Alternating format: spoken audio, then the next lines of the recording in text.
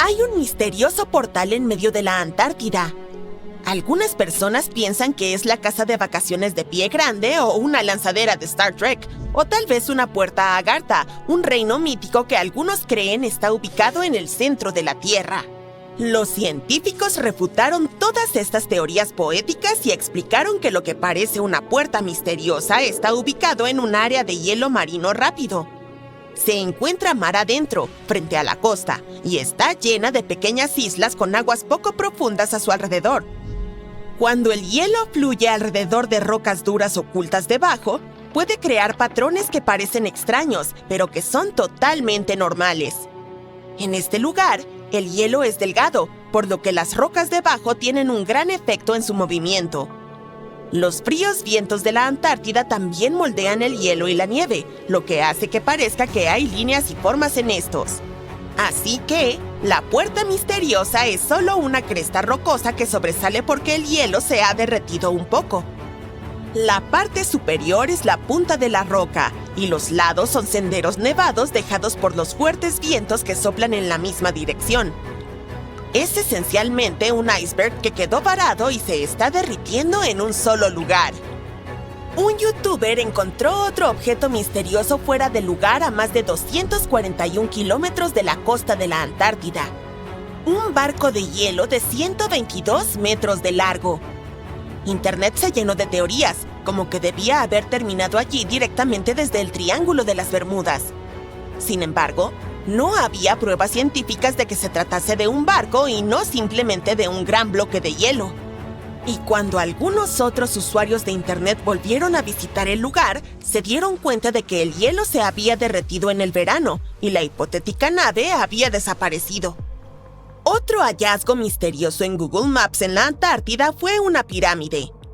Y antes de que te formes una teoría emocionante sobre cómo los antiguos egipcios construyeron una base secreta aquí, tengo que decirte que resultó ser solo una montaña.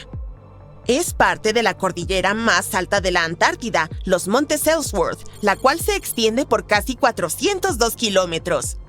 No es la primera pirámide en este continente, ya que los exploradores de la expedición Terra Nova encontraron otra montaña de forma inusual y la apodaron la pirámide. Pero esta ni siquiera tenía forma de pirámide. He aquí un hallazgo antártico que definitivamente no te decepcionará. Una gigantesca plataforma de hielo que les recordó a los científicos al Gran Cañón. Un robot submarino especial llamado Ram cubrió más de 965 kilómetros bajo el grueso hielo y trajo de vuelta increíbles imágenes de montañas heladas, valles, mesetas planas y patrones en espiral hechos completamente de hielo. Una de las cosas más extrañas que Ram encontró fueron enormes agujeros en forma de cuenco o cavidades de hasta 304 metros de largo en el hielo. Lamentablemente, los científicos perdieron el rastro del robot. Ellos piensan que posiblemente unas curiosas focas de Weddell pudieron haber chocado accidentalmente con Ram, lo que causó que se atascara. Para ahorrar energía, probablemente Ram se apagó a sí mismo y los científicos no pudieron volver a encontrarlo. Pero el equipo espera construir un nuevo robot y continuar explorando este cañón helado para ver cómo podrían cambiar los patrones bajo el hielo a lo largo de los años. Se encontró otro enorme cañón antártico gracias al mal tiempo. Un equipo de expertos en sonido tuvo que pausar su trabajo en la estación de investigación Casey debido a una tormenta. En lugar de esperar sin hacer nada, decidieron aprovechar el tiempo libre inesperado para cartografiar el fondo marino cerca del glaciar Adams. Y fue así como encontraron un cañón que tiene casi 2.133 metros de profundidad, cerca de 9.144 metros de ancho y se extiende a lo largo de más de 45 kilómetros desde el glaciar. Durante el mapeo, descubrieron solo una parte del cañón antes de que tuvieran que regresar a la estación de investigación. Pero cuando el mal tiempo regresó, la nave volvió y cartografió más del cañón. Estuvieron trabajando con olas de hasta 4 metros de altura y vientos superpoderosos, pero lograron obtener alrededor de 15 horas de datos para completar su mapa. De regreso a Australia, hicieron una última parada y ahora tienen una imagen completa del cañón. Estudiarlo está ayudando a los científicos a aprender más sobre la historia de los glaciares y la interacción entre la capa de hielo antártica y el océano. Hay un lago congelado en la Antártida llamado Enigma. Durante mucho tiempo, la gente pensó que estaba completamente congelado, pero durante una expedición que tuvo lugar de noviembre de 2019 a enero de 2020, investigadores descubrieron que bajo la gruesa capa de hielo había una de agua líquida de aproximadamente 12 metros de profundidad. Para aprender más, perforaron el hielo y enviaron una cámara hacia abajo para explorar lo que se ocultaba en las profundidades del lago. El agua del lugar, que creen que proviene del cercano glaciar Amorfo a través de un camino subterráneo secreto, estaba llena de extraña vida microbiana.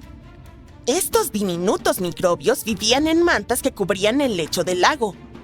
Algunas de estas eran delgadas y puntiagudas, y otras parecían alfombras arrugadas o incluso pequeñas formas arbóreas que crecían hasta 40 centímetros. Muchos de los microbios podían fabricar su propio alimento a través de la fotosíntesis, al igual que las plantas, y eso le daba al lago una gran cantidad de oxígeno. Uno de los descubrimientos más sorprendentes fue un tipo de microbio que generalmente vive en lugares con poco oxígeno. El lago Enigma podría ser similar a los entornos en lunas heladas como Europa o Encélado. Así que podría significar que estas lunas también tienen agua oculta bajo su hielo y posiblemente vida microbiana. Otro asombroso descubrimiento de la Antártida son las diminutas piezas de ámbar en lodolita encontradas allí por primera vez. A los científicos les llevó años estudiar raíces fosilizadas en increíble estado de preservación, así como polen y esporas que hallaron en el año 2017. El ámbar demuestra que árboles productores de resina crecieron alguna vez en la Antártida, parte de una exuberante selva tropical que existió cerca del Polo Sur durante el período Cretácico Medio, de 83 a 92 millones de años atrás. En aquel entonces, advertencia, yo no estaba por aquí en ese momento, los árboles habrían tenido que sobrevivir meses de oscuridad durante los largos inviernos antárticos. Los científicos creen que se adaptaron entrando en un estado de latencia durante mucho tiempo. Las piezas de ámbar que los científicos encontraron son diminutas, pero son de bellos tonos amarillos y naranjas con superficies rugosas que muestran cómo la resina fluía desde los árboles. Esta probablemente salía para proteger a los árboles de los insectos. Se preservó porque el agua la cubrió rápidamente y la mantuvo a salvo del sol y del aire. Un científico estaba revisando imágenes satelitales en busca de senderos marrones de desechos de pingüinos y encontró 4 nuevas colonias de pingüinos emperador en la base del globo. Es probable que estas hayan estado allí durante años, aunque 3 de ellas son bastante pequeñas, con menos de 1000 pingüinos reproductores cada una. Una de las nuevas colonias fue hallada cerca de un lugar llamado Plataforma de Hielo de Lazarev, donde solía haber una colonia de pingüinos más grande. Pensaron que esta colonia se había extinguido en 2019, pero parece que estos animales simplemente se han movido un poco debido a los cambios en las condiciones del hielo marino. Así que estudiarlos puede ayudarnos a aprender más sobre cómo los pingüinos emperadores se adaptan a los cambios en el entorno. Hace 40 millones de años existía un sistema fluvial gigante en la Antártida. Investigadores encontraron pruebas de ello tras estudiar sedimentos blandos y rocas duras del lecho marino helado. Examinaron pequeñas partículas de elementos radiactivos, como uranio y plomo, y descubrieron que la tierra más profunda era de la época de los dinosaurios, de hace 85 millones de años. La tierra más cercana a la superficie era más joven, de hace 30 a 40 millones de años, y tenía un patrón interesante, similar al de los deltas fluviales actuales, como el del río Mississippi o el río Bravo. Los científicos encontraron diminutas señales de vida, biomarcadores lipídicos en la arena. El río que una vez fluyó allí comenzaba en las montañas transantárticas y viajaba 1.496 kilómetros antes de llegar al mar de Amundsen.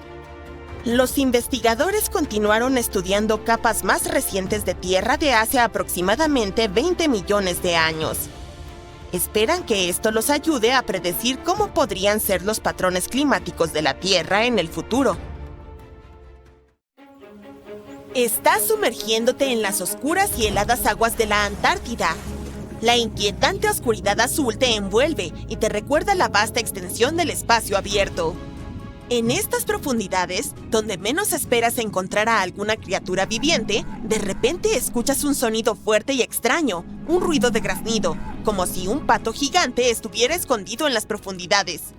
En 1960, investigadores grabaron por primera vez este sonido y lo llamaron Biodog, o biopato en español.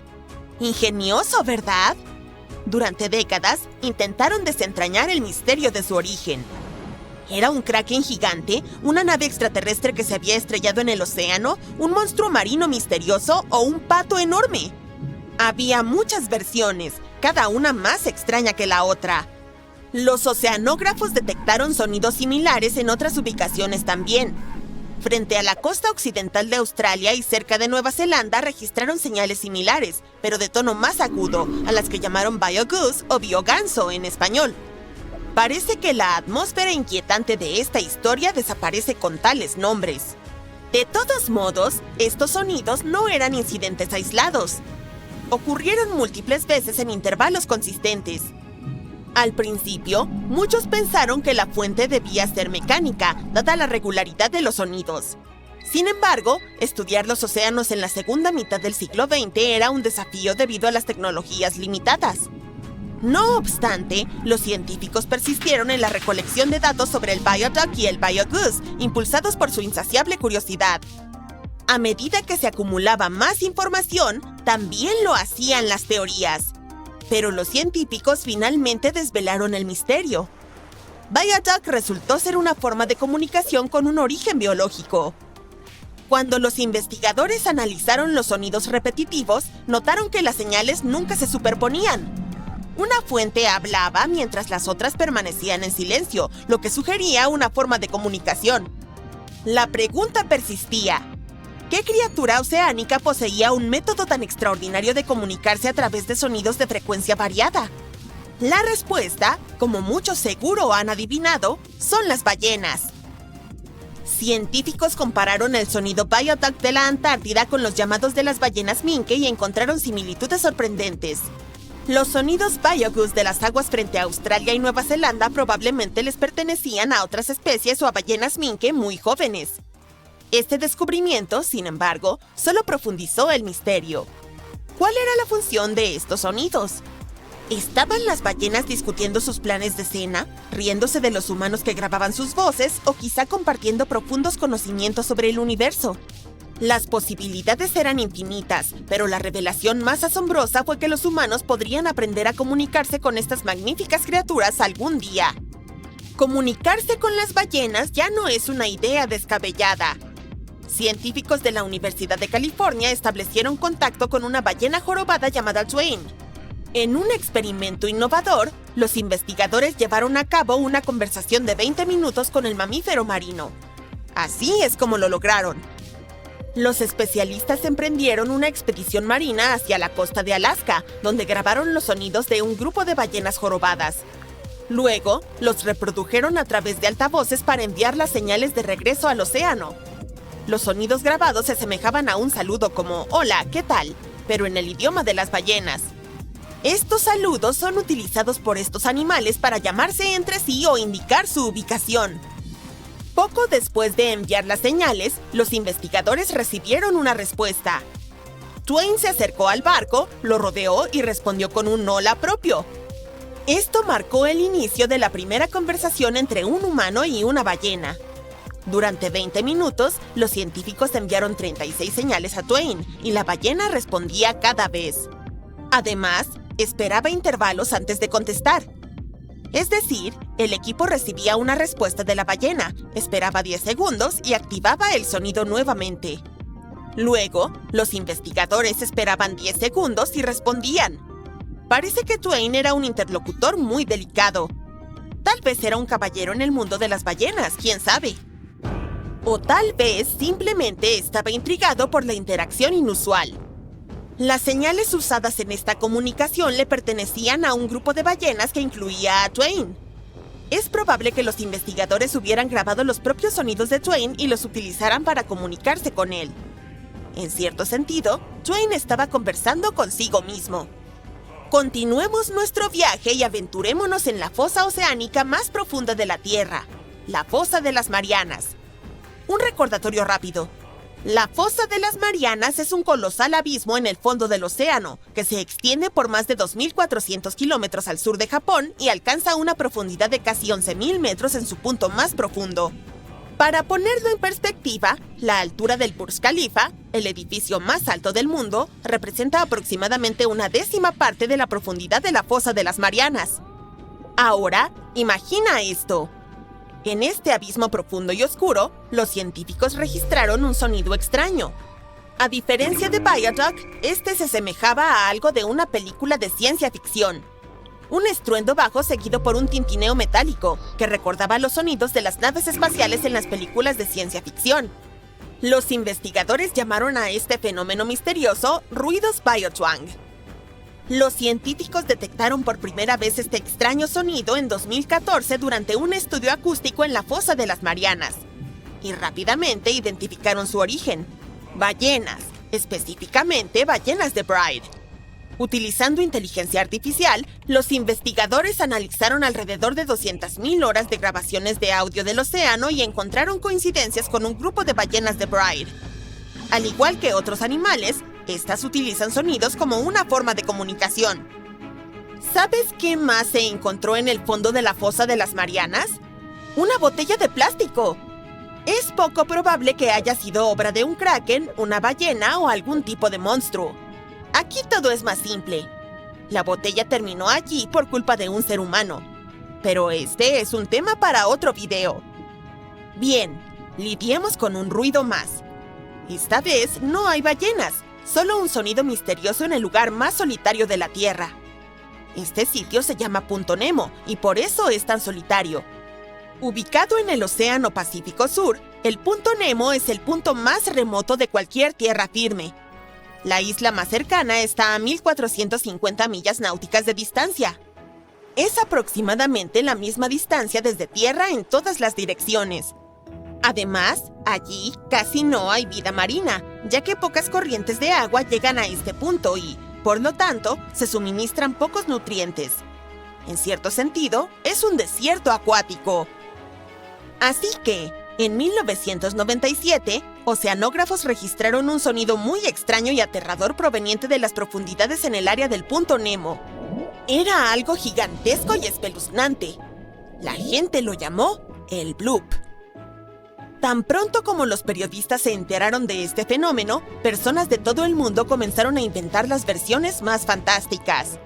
La más popular de ellas era que la fuente del sonido era un monstruo marino gigante, como el kraken u otra criatura. El furor alrededor de el bloop no duró mucho. Los científicos lograron descubrir la naturaleza del misterioso ruido. Resultó que le pertenecía a un iceberg. Cuando se agrietan y colapsan, generan sonidos de frecuencia ultra baja muy potentes que se pueden escuchar desde una gran distancia. Para confirmar esta versión, los científicos grabaron los sonidos de otros icebergs y escucharon algo similar a el bloop. Por cierto, el Punto Nemo es tan solitario que las agencias espaciales dejan caer satélites fuera de servicio allí. Los objetos espaciales simplemente caen en el agua. Hay un 99% de probabilidad de que ningún animal o humano sea dañado por escombros en este lugar solitario.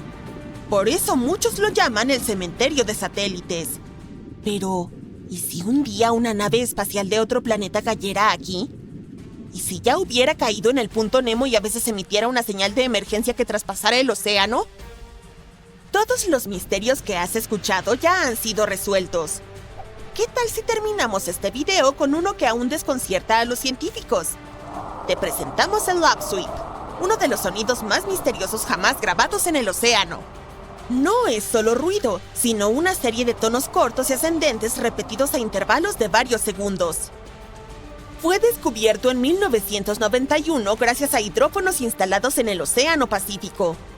Al principio, los oceanógrafos sugirieron que el upsweep podría estar asociado con la actividad volcánica o los terremotos submarinos.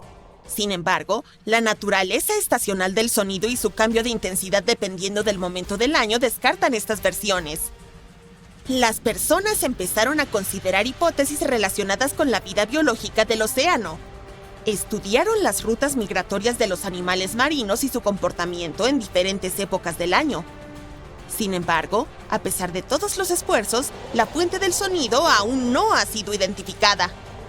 Algunos estudios sugieren que el upsweep podría estar asociado con ciertas especies de peces u otros animales marinos que emiten sonidos para comunicarse o navegar, pero nadie ha podido probarlo.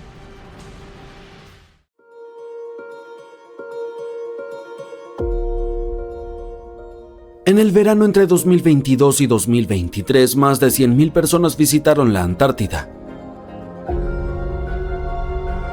Sí, estamos hablando del continente más elevado, seco, ventoso y probablemente el más peligroso de la Tierra.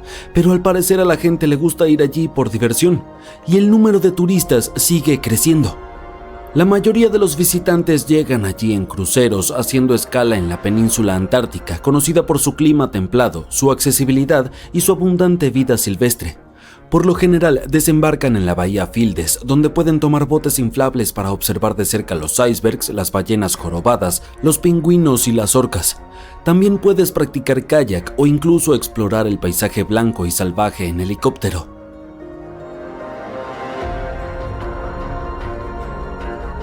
Para aquellos un poco más aventureros hay un tipo diferente de actividad turística que está despegando, el paracaidismo. Pero tengan cuidado, quizá no deberían intentarlo, por su propio bien. Para los que tienen el corazón fuerte, caer libremente en la majestuosidad del séptimo continente es una experiencia única en la vida. Pero solo unas pocas personas tendrán la oportunidad de saltar allí. Las empresas que ofrecen esta experiencia dicen que es solo para paracaidistas muy experimentados. Y eso es porque incluso para los profesionales lo que debería ser una aventura asombrosa puede volverse fácilmente trágico.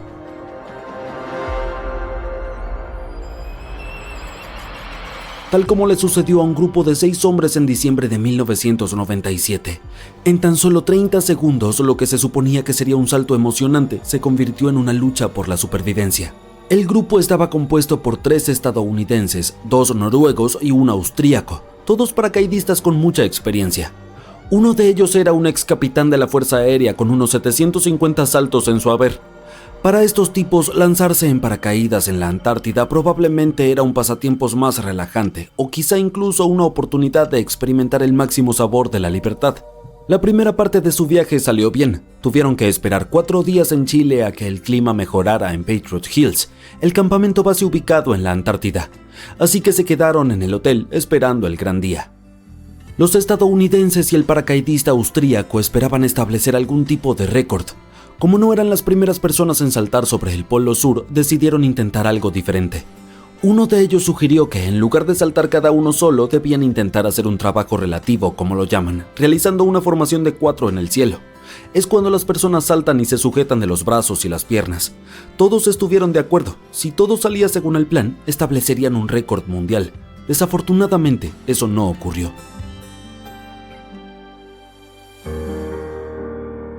El 3 de diciembre finalmente volaron a la Antártida y se alojaron en el campamento Patriot Hills, donde las coloridas tiendas de campaña se acomodaban contra las montañas Ellsworth. Era verano allí, por lo que no hacía tanto frío como podrías pensar. Estamos hablando de temperaturas de alrededor de 10 grados bajo cero. Para ser un grupo que no se conocía bien, rápidamente formaron lazos como si fueran amigos cercanos.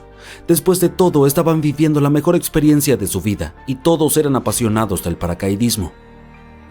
Mientras esperaban su vuelo, se pusieron los trajes y revisaron el equipo de cada uno al menos 4 veces. Luego llegó el momento. Abordaron el avión y mientras ascendían a 2.500 metros sobre el polo, algunos de ellos necesitaron oxígeno. Normalmente los paracaidistas no necesitan oxígeno a esa altura, pero estamos hablando de la Antártida. La Tierra en sí ya está a más de 2.700 metros sobre el nivel del mar. Así que en este punto estaban en realidad a más de 5.200 metros, donde el aire es escaso.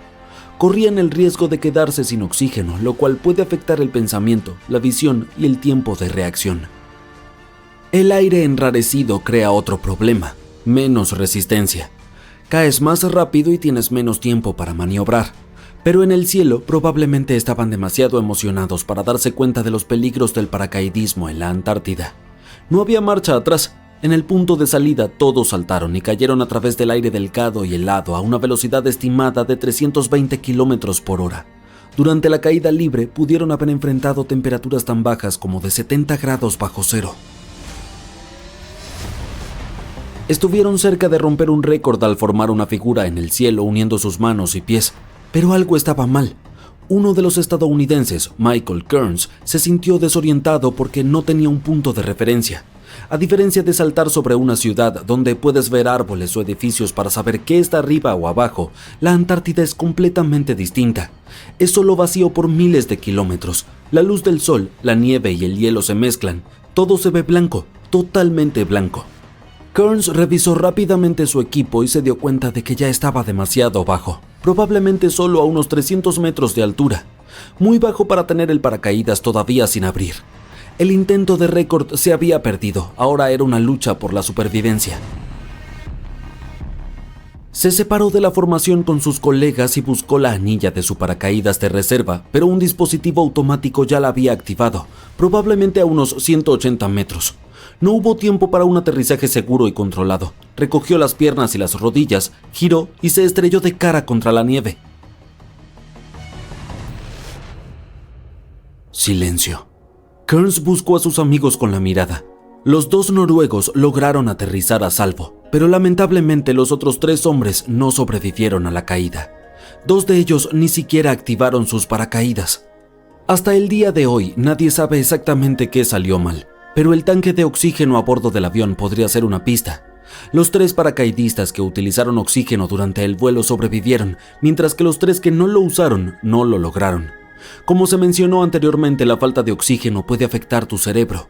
Podrías sentirte eufórico o feliz, pero la hipoxia es peligrosa porque a menudo no la detectas hasta que es demasiado tarde. Durante la caída libre, Kearns intentó advertir a sus colegas que algo andaba mal. Intentó agitar las manos, pero solo le devolvieron la mirada sonriendo y siguieron adelante.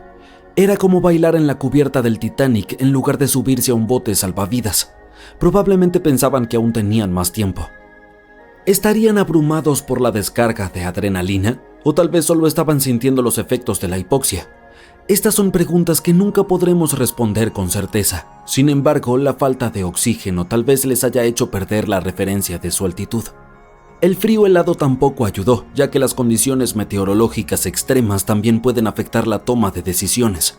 A la altura de salto, la temperatura rondaba los 50 grados bajo cero y la sensación térmica debido a su velocidad podría haber hecho que se sintiera a 130 grados bajo cero.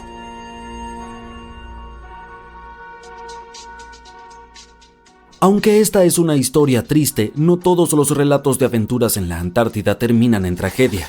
En 2018, Heather Swan se convirtió en la primera mujer en volar con un traje de ala sobre las gélidas montañas de la Antártida.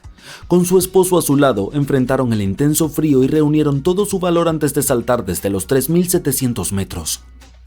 Surcaron el aire sobre el glaciar Union, un campamento ubicado en la tierra de Ellsworth, y alcanzaron velocidades impresionantes de 180 km por hora.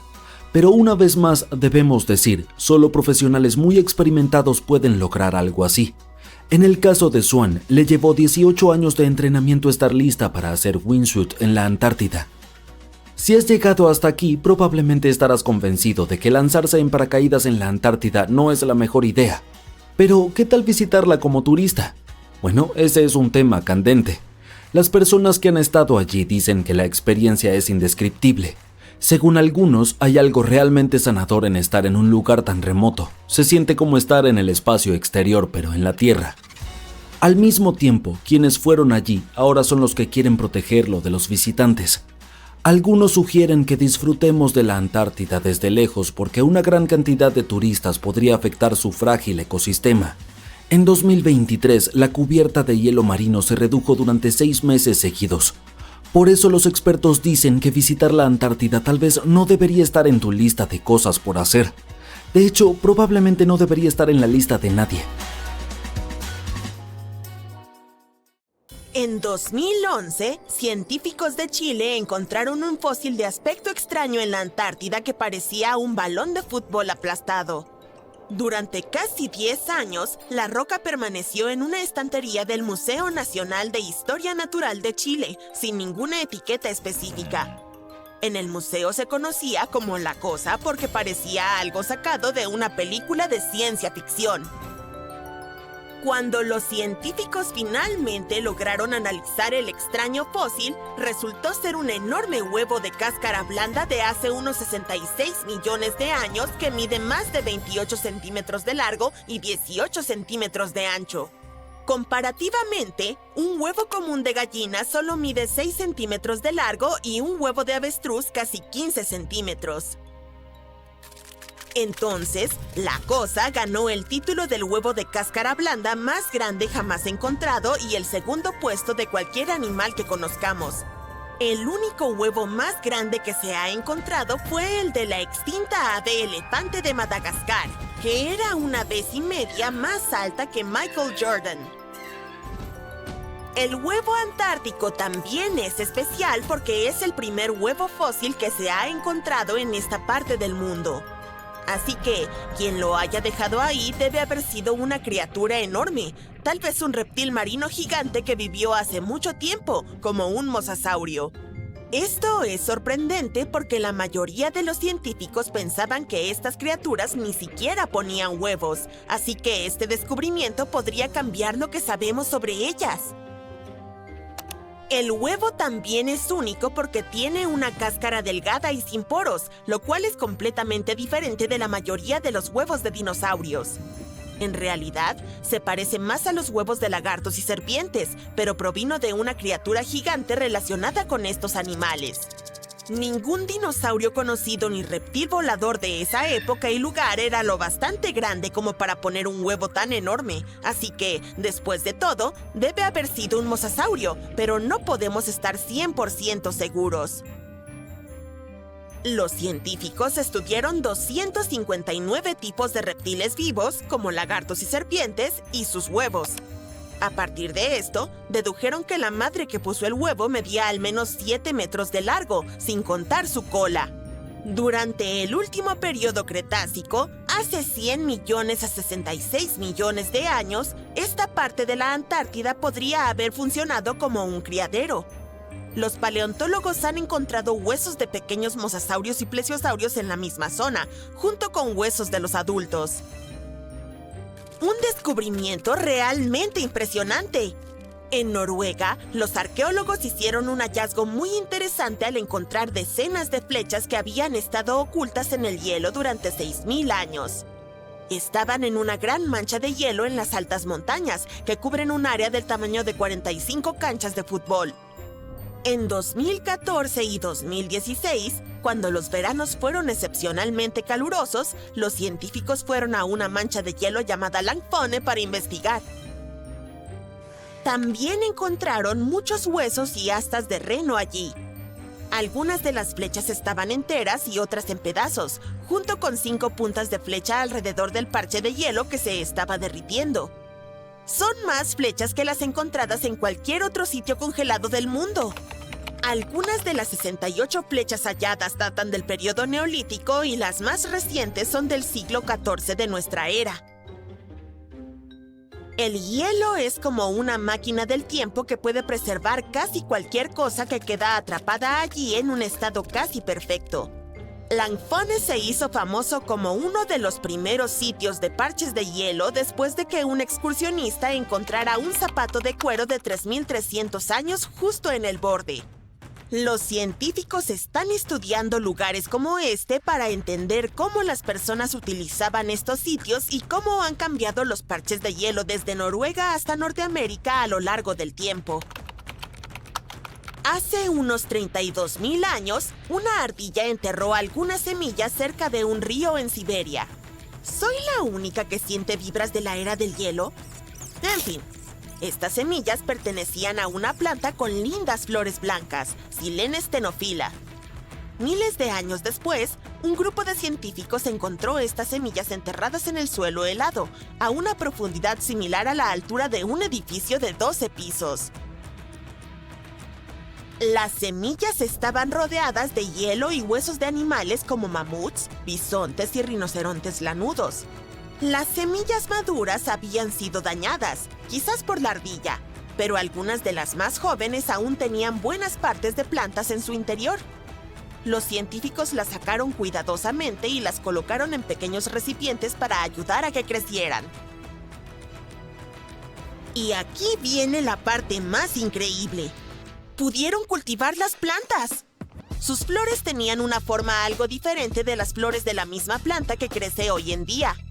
Después de un año, la planta de la era glacial incluso produjo nuevas semillas. Basándose en esto, los científicos sugirieron que el permafrost podría ser un reservorio genético antiguo y que podríamos encontrar especies extintas allí y devolverlas a la vida. Unos científicos a bordo de un rompehielos estaban buscando ballenas en la Antártida, pero encontraron algo muy extraño. La cámara ubicada detrás del barco, que tiene el peso de un automóvil, detectó 60 millones de nidos de peces de hielo en el fondo del mar de Weddell. Los nidos estaban ubicados cada 25 centímetros en todas direcciones y cubrían un área de 240 kilómetros cuadrados. La colonia incluso tenía una frontera distintiva, que era una línea en la arena. Los científicos se encontraban en la zona porque estaban estudiando un lugar especial en el océano donde el agua era un poco más cálida que el agua a su alrededor. En esta agua más cálida encontraron pequeños animales llamados zooplancton cerca de la superficie. Cuando los peces de hielo eclosionan, nadan hacia esta zona para alimentarse del zooplancton antes de regresar al fondo marino para crecer y tener su propia descendencia. Dado que había tanta comida, tenía sentido ver peces de hielo en esta agua cálida. Pero no esperaban encontrar una cantidad tan grande de nidos de peces de hielo, muchos más de los que nadie había visto antes. El Antarctic Heritage Trust de Nueva Zelanda encontró algunos negativos fotográficos antiguos en una cabaña de la Antártida. Resultaron ser imágenes únicas del equipo del Mar de Ross. Fue una famosa expedición fallida liderada por Ernest Shackleton entre 1914 y 1917. Su objetivo era ser la primera persona en cruzar la Antártida por tierra, desde el Mar de Weddell hasta el Mar de Ross, pasando por el Polo Sur. Pero las cosas se complicaron cuando su barco, el Aurora, fue arrastrado mar adentro. Tuvieron que usar la cabaña de otro explorador, el capitán Robert Falcon Scott. Su objetivo era ser la primera persona en alcanzar el Polo Sur, pero lamentablemente tampoco tuvo éxito. Los negativos estaban hechos de nitrato de celulosa y se encontraron pegados entre sí en una pequeña caja. El consorcio llevó los negativos de regreso a Nueva Zelanda, donde los separaron con cuidado y descubrieron 22 imágenes ocultas. Muchas de las fotos estaban dañadas, pero aún se pudieron reconocer algunos lugares familiares alrededor del estrecho de McMurdo, una conocida zona de la Antártida. Nadie sabe con certeza quién tomó las fotografías. En diciembre de 2021, algunos científicos notaron una marca extraña en la plataforma de hielo Larsen, una enorme capa de hielo frente a la costa este de la Antártida. Creyeron que podría ser un río que fluía bajo el hielo, así que perforaron casi 500 metros para investigarlo. Suponían que iban a encontrar agua, pero no esperaban ver que el agua estaba llena de pequeñas criaturas rápidas llamadas anfípodos. Los científicos también descubrieron que el agua del río subterráneo tenía capas extrañas de corrientes que se movían en diferentes direcciones, un fenómeno que aún no se comprende.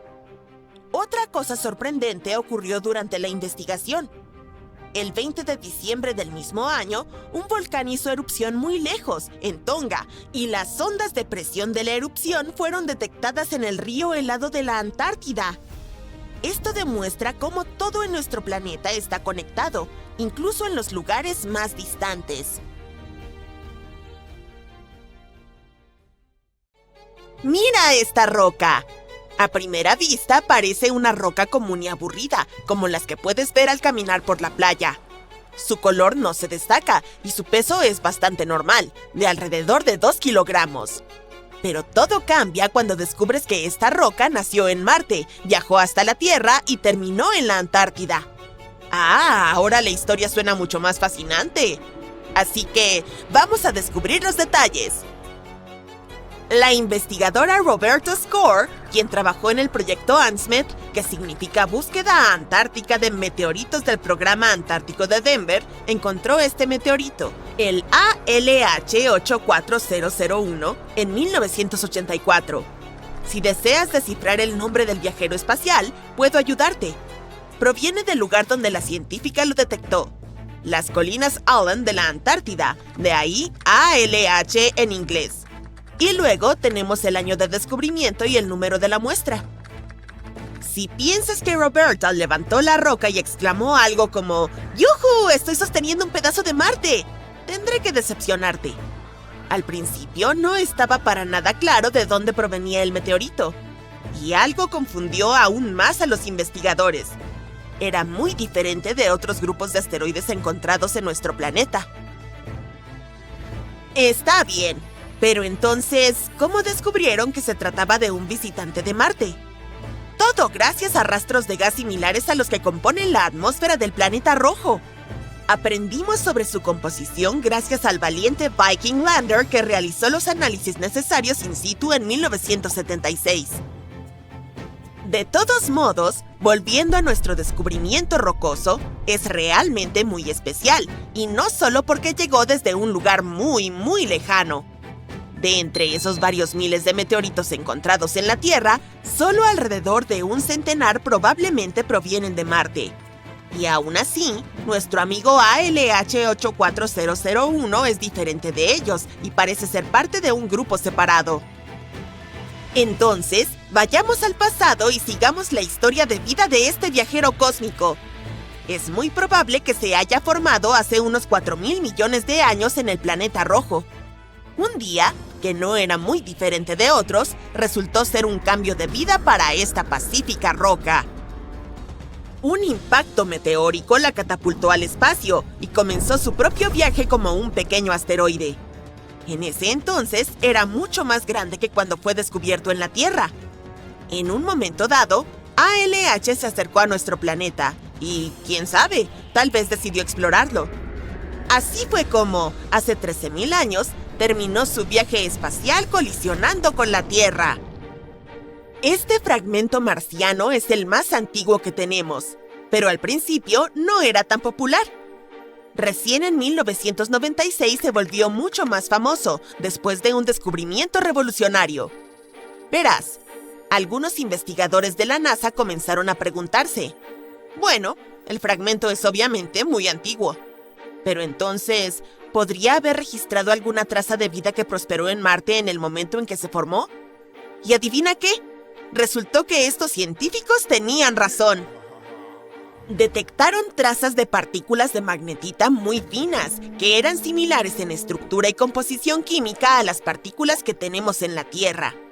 Se las llama magnetofósiles y son producidas por bacterias magnetotácticas.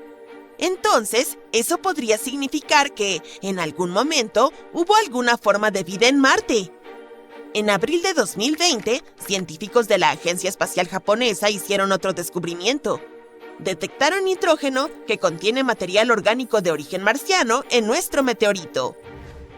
Entonces, ¿quién sabe qué nuevos y asombrosos secretos podría revelar un examen más detallado del meteorito? Por el momento, sin embargo, todo lo que puedes hacer es viajar a la Antártida y encontrar algunos más. La cuestión es que este lugar es excelente para la búsqueda de meteoritos. Sorprendentemente, hemos encontrado cerca de 50.000 meteoritos en la Antártida y cientos de miles aún esperan ser descubiertos. Cada una de estas rocas espaciales puede contarnos una historia sobre la evolución del sistema solar. Por ejemplo, la primera roca lunar encontrada en el helado y desolado continente demostró que fragmentos de objetos espaciales más grandes que los asteroides también pueden terminar en la Tierra. Entonces, digamos que te inspiraste y decidiste ir a la caza de meteoritos hasta la Antártida. Bueno, prepárate para enfrentar serios desafíos. A pesar de su potencial abundancia, encontrar rocas espaciales no es tan fácil como podría parecer. Tendrás que visitar áreas remotas, y aún así no hay garantía de que puedas tener éxito. Y eso es en realidad un gran problema. Los meteoritos están desapareciendo de la vista. En la actualidad, los científicos encuentran cerca de 1000 meteoritos en la Antártida anualmente. Pero según un nuevo estudio, alrededor de 5000 más quedan ocultos cada año. Las culpables son las temperaturas en aumento. Preocupados, los científicos desarrollaron un modelo que podría ayudarnos a determinar dónde podrían emerger esos meteoritos. Este modelo era bastante complejo, ya que consideraba la cobertura de nieve, la temperatura de la superficie, la velocidad a la que fluye el hielo e incluso la inclinación del terreno. Después, realizaron simulaciones bajo diversos escenarios de calentamiento. Resultó que los meteoritos efectivamente se hundían más allá de lo visible a medida que las temperaturas aumentaban. Decir que los investigadores estaban molestos es obvio. No esperaban que el cambio climático afectara tanto su trabajo. A pesar de que esas zonas están bajo cero, ese archivo crucial del sistema solar podría arruinarse. Pero volvamos a tu búsqueda de meteoritos. Si quieres aumentar tus posibilidades de encontrar uno, viaja a la base de montañas o afloramientos donde el hielo, que generalmente fluye hacia zonas más bajas, se ve obligado a moverse hacia arriba. Pero asegúrate de llevar tu rompevientos. En esos lugares, los fuertes vientos barren la nieve, dejando al descubierto un brillante y vívido hielo azul. En lugar de derretirse, este hielo antiguo puede transformarse directamente en vapor de agua y ayuda a descubrir meteoritos que de otro modo permanecerían ocultos. Debes apresurarte, sin embargo. Los meteoritos de la superficie desaparecen rápidamente. Incluso cuando las temperaturas están mucho más bajas del punto de congelación, las rocas aún pueden absorber algo del calor del sol y derretir el hielo. Es como si estuvieran creando túneles subterráneos, o debería decir bajo el hielo, para sí mismos, hundiéndose y escondiéndose de la vista.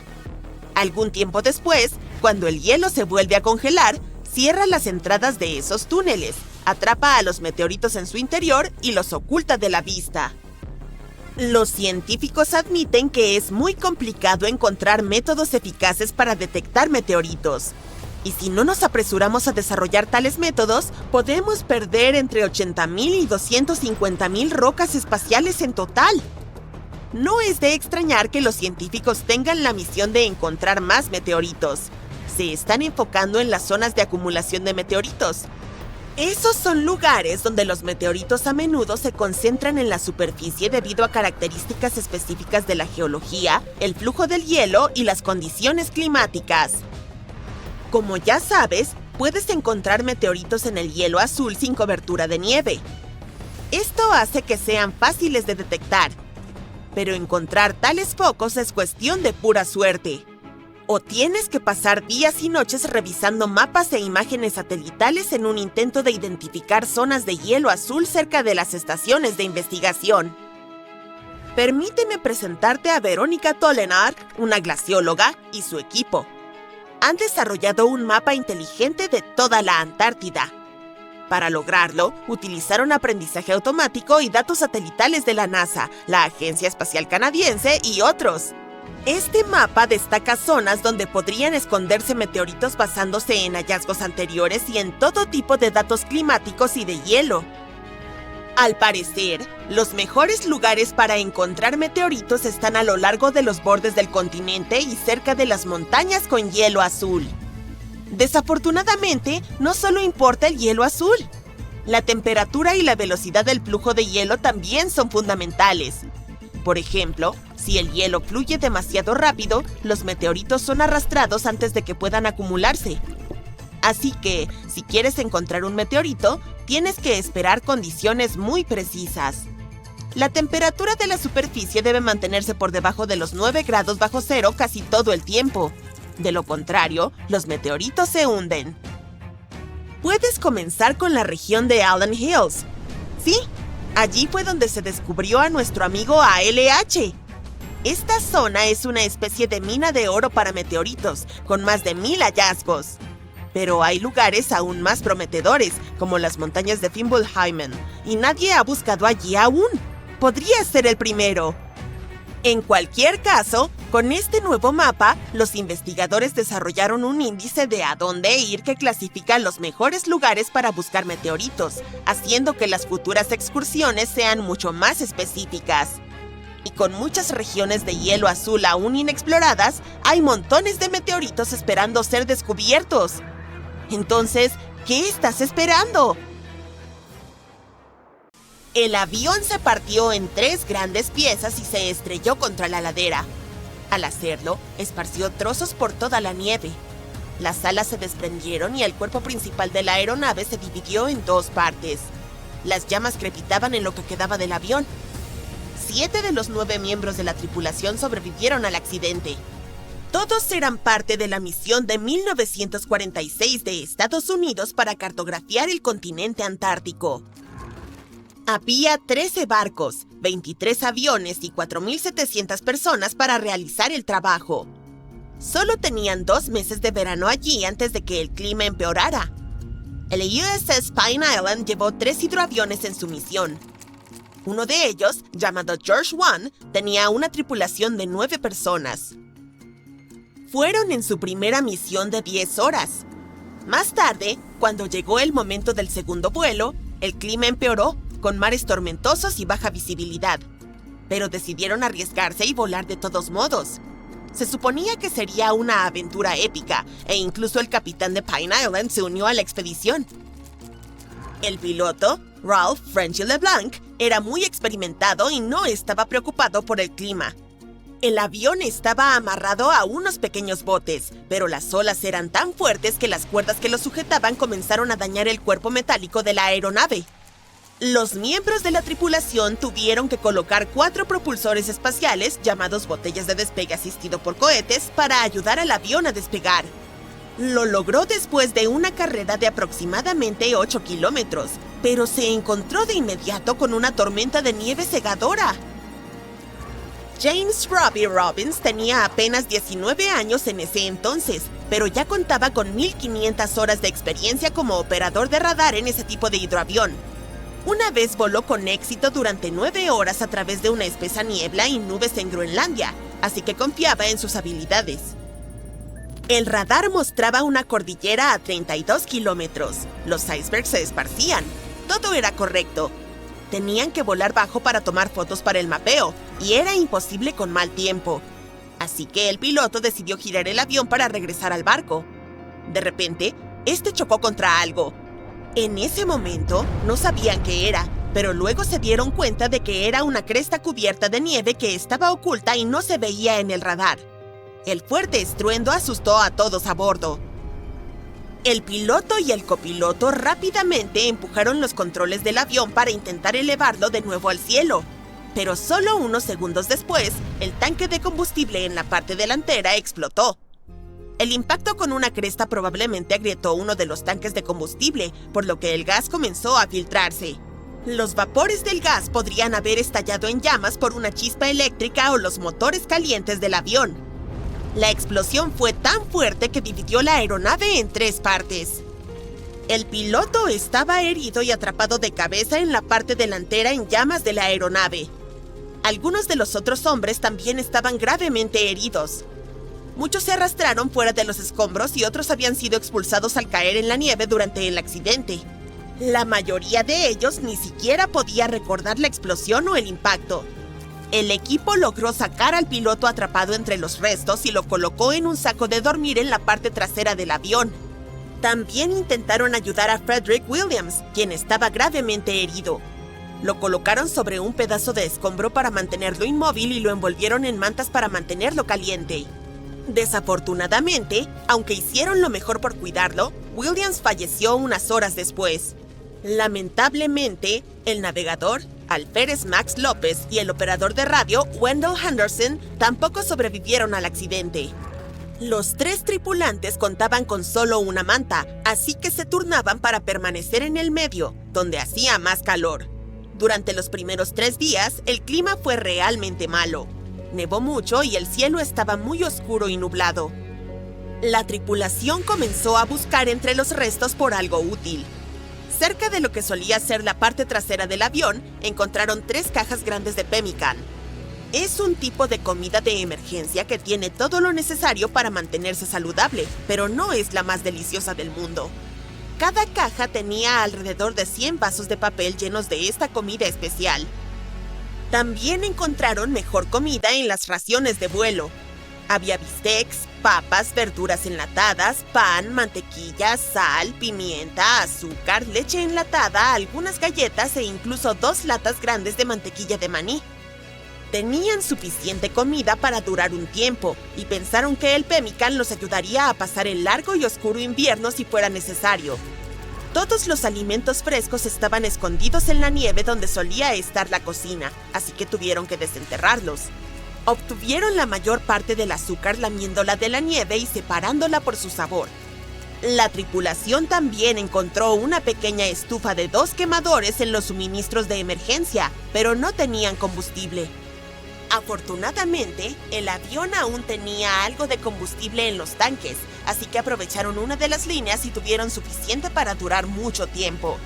Mantuvieron los quemadores encendidos constantemente para derretir nieve y llenar los 2 o 3 recipientes de agua que contenían alrededor de 15 o 18 litros cada uno. Parecía que se necesitaban 15 o 20 ollas de nieve para llenar solo una taza de agua. Después de 3 días, el clima mejoró. El cielo estaba despejado y el sol brillaba intensamente. Desde donde estaban, podían ver el océano colina abajo. Mientras exploraban los restos, encontraron más sacos de dormir, una cámara con película y otros suministros como un trineo y una balsa salvavidas para 9 personas. Pasaron los días y el sol nunca se ocultaba. Las enormes y hambrientas gaviotas que rondaban justo al lado del naufragio estaban poniendo de los nervios a todos. Para distraerse un poco, la tripulación jugaba a un viejo juego de la marina llamado Salvo.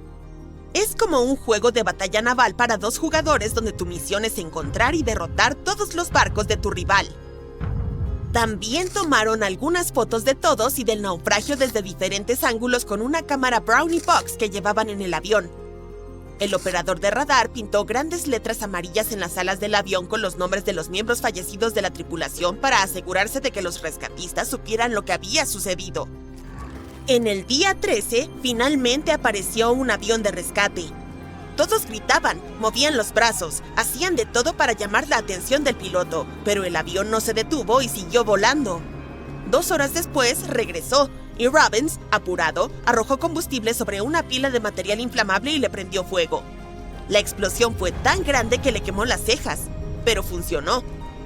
El avión giró y voló hacia ellos, moviendo sus alas como señal de que los había visto. El piloto dejó caer una nota atada a un peso. Decía, si pueden caminar hasta el lago, formen un círculo. Si no, hagan una línea recta. El lago estaba a 16 kilómetros de distancia, pero sabían que no tenían opción más que llegar allí, así que formaron un círculo señalando que estaban listos para ser rescatados. Luego se pusieron a trabajar. Apilaron sacos de dormir en un trineo y colocaron a su piloto herido encima. Robbins tomó una brújula del avión siniestrado y la sujetó al manillar del trineo para ayudarlos a guiarse. 3 hombres tiraban del trineo mientras otro caminaba detrás, asegurándose de que se mantuvieran en el camino correcto. La nieve era tan profunda que a menudo se hundían hasta la cintura. La travesía se tornó más fácil cuando llegaron a tierra firme.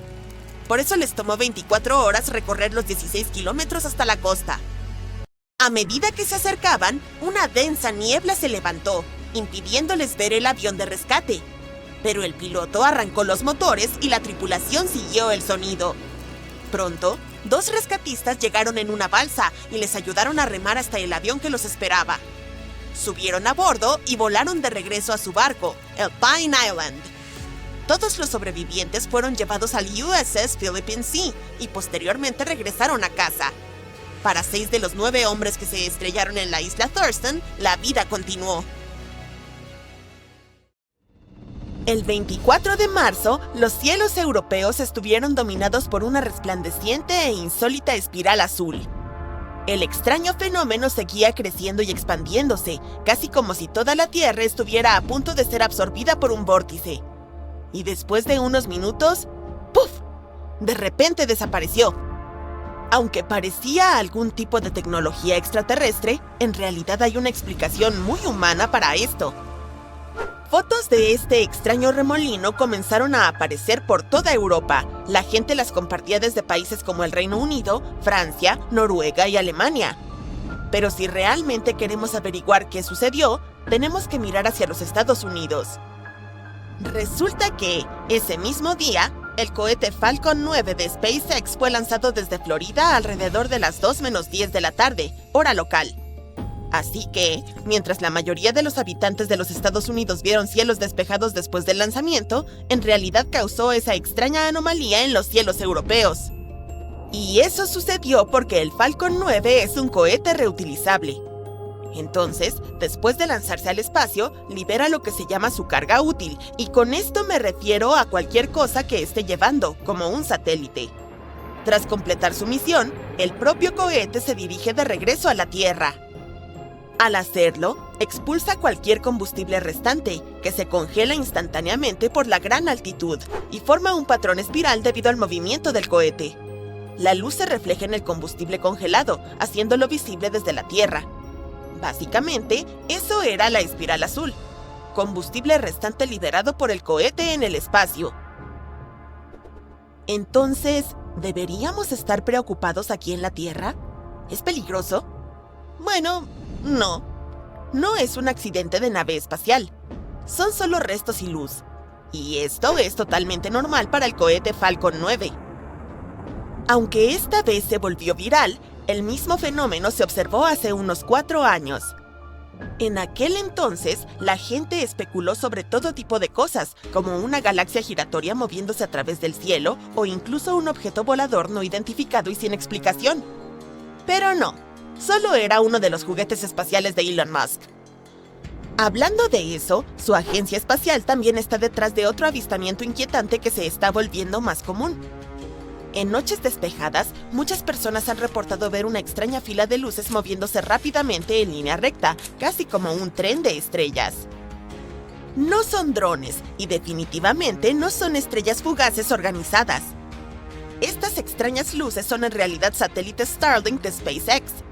Ese proyecto que transmite internet de alta velocidad desde el espacio utilizando miles de diminutos satélites, básicamente convirtiendo todo el planeta en una gigantesca zona Wi-Fi. Pero espera, los satélites no tienen luces. Entonces, ¿cómo es posible que se vean tan brillantes por la noche? Bueno, básicamente lo que estamos viendo es el sol reflejándose en los satélites mientras viajan por su órbita más baja. Y solo son visibles si el cielo no está demasiado iluminado. Lo que impresiona es que puedes ver este mismo suceso más de una vez en el mismo día. Eso se debe a que los satélites Starlink viajan a la asombrosa velocidad de 480 km por minuto y completan una órbita alrededor de la Tierra cada 90 minutos. Eso significa que podrías avistar esos satélites menos de 2 horas después de la observación anterior. Sin lugar a dudas, el comienzo del año fue agitado para los observadores del cielo en los Estados Unidos. En febrero pudieron ver esta impresionante forma de medusa nublada. ¿Qué crees que es? Si dijiste otra cosa relacionada con SpaceX, tienes razón. Esta es otra obra de arte creada por un cohete Falcon 9. Esta vez ocurrió porque el cohete fue lanzado durante el crepúsculo. La luz del sol poniente se refleja en la estela de humo del cohete y crea este asombroso efecto. Ahora pasemos a Italia, donde ocurrió otro suceso escalofriante. Era una noche tormentosa y, de repente, muy alto en el cielo, un gigantesco anillo rojo brillante destelló solo un instante. No era un portal extraterrestre. Eso es algo que se conoce como ELVE. Ocurre cuando un potente rayo emite un pulso electromagnético que impacta en la ionosfera, que es una capa muy alta de la atmósfera. Cuando esto sucede, los átomos de nitrógeno se excitan y emiten un resplandor rojo, creando un espectáculo de luz gigantesco pero extremadamente rápido. Otro fenómeno rojo ocurrió en Escandinavia, pero en lugar de un anillo, era más bien un haz de luz. Esto se conoce como un arco rojo auroral estable, o SAR. A pesar de su nombre, no es una aurora, es algo mucho más raro. Este fenómeno ocurre cuando el campo magnético de la Tierra, que actúa como un gran escudo protector, se ve alterado. Esta perturbación provoca que algunos gases de la atmósfera se calienten mucho, debido a una gran corriente eléctrica que va alrededor del planeta. Lo curioso es que solo el oxígeno se calienta durante un azar, por lo que estos espectáculos de luces siempre brillan con ese mismo color rojo. Y dato curioso, es más probable que ocurra después de que una gran tormenta solar debilite el escudo magnético de la Tierra. Es impresionante ver fenómenos como este desde la superficie, pero la vista desde fuera de la Tierra puede ser igual de asombrosa. En 2022, un astronauta a bordo de la Estación Espacial Internacional divisó dos extrañas manchas azules de luz brillando en la atmósfera de nuestro planeta. Ocurrieron al mismo tiempo, pero no estaban relacionadas en absoluto. Una de ellas fue un inmenso rayo que impactó justo al lado de una gran apertura circular en las nubes. El relámpago iluminó las nubes circundantes, creando un anillo resplandeciente alrededor del hueco. El otro fue causado por la Luna. La forma en que estaba posicionada hizo que la luz solar que reflejaba pasara a través de la atmósfera de la Tierra, formando una mancha azul brillante con un anillo difuso a su alrededor. Y si te estás preguntando qué es ese extraño halo naranja que corre paralelo a la curvatura de la Tierra, te lo aclaro. Ese es el borde de la atmósfera, también conocido como el límite de la Tierra. Y así es como se ve cuando se observa desde la Estación Espacial Internacional. En Canadá, los residentes de Alberta Central estaban mirando el cielo una noche cuando de repente vieron algo extraño. Un grupo de haces de luz verticales que surgían del suelo y alcanzaban la negrura del espacio. Parecía sacado de una película de ciencia ficción, pero en realidad es solo una ilusión óptica. Sí, es un truco visual provocado por ciertas condiciones invernales específicas. Este fenómeno ocurre cuando la luz es refractada por los cristales de hielo. Esto es lo que sucede. Cuando hace frío en el exterior, diminutos cristales de hielo se forman en el aire. Estos cristales son extremadamente delgados y planos, por lo que cada uno actúa como un pequeño espejo que refleja las fuentes de luz situadas debajo de ellos. Básicamente, los cristales reflejan la luz hacia arriba y forman esos haces verticales resplandecientes. Y puede ser causado por cualquier fuente de luz, como el sol o la luna. Pero, en la mayoría de los casos, la fuente de estos pilares de luz es artificial, como los faros de los autos o las luces de las calles. Aunque el fenómeno es completamente natural, ocurre rara vez y solo en situaciones muy específicas. Primero, debe hacer un frío helado. En ese día en particular en el centro de Alberta, por ejemplo, la temperatura era de unos 34 grados bajo cero. Además, el clima debe ser tranquilo, sin viento en absoluto. Si se desata una tormenta, olvídalo, no podrás ver los pilares de luz. Y no los confundas con las auroras. Las auroras se ven principalmente en regiones de latitudes altas, como alrededor del Ártico y la Antártida.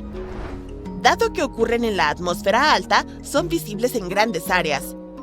Los pilares de luz, en cambio, son más localizados y están concentrados en una zona mucho más pequeña. Pero bueno, sin importar cuál de estas vistas increíbles en el cielo logres ver, si tienes la suerte de presenciar una, disfrutarás de un espectáculo que no olvidarás.